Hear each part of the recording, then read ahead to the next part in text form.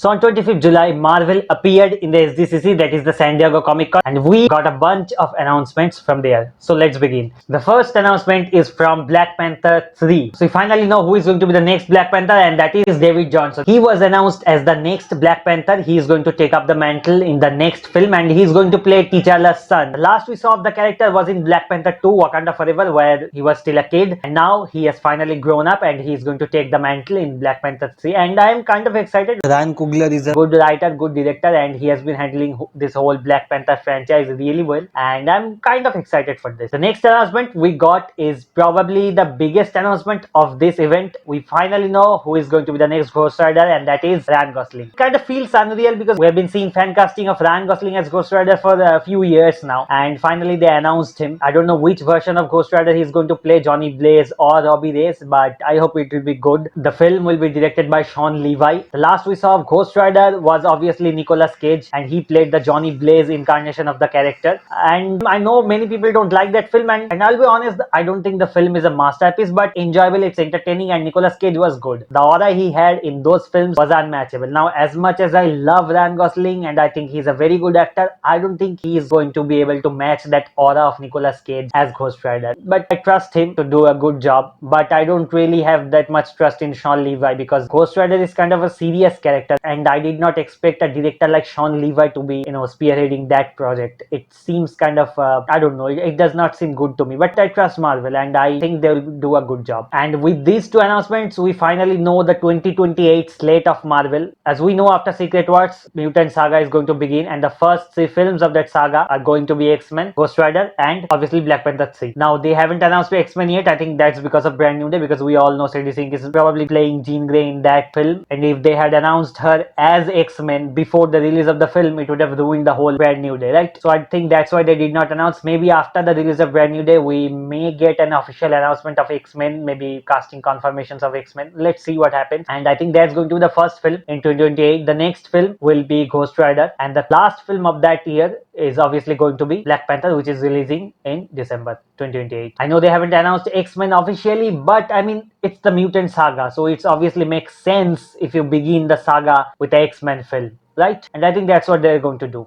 and I'm excited for this. I think Marvel is back.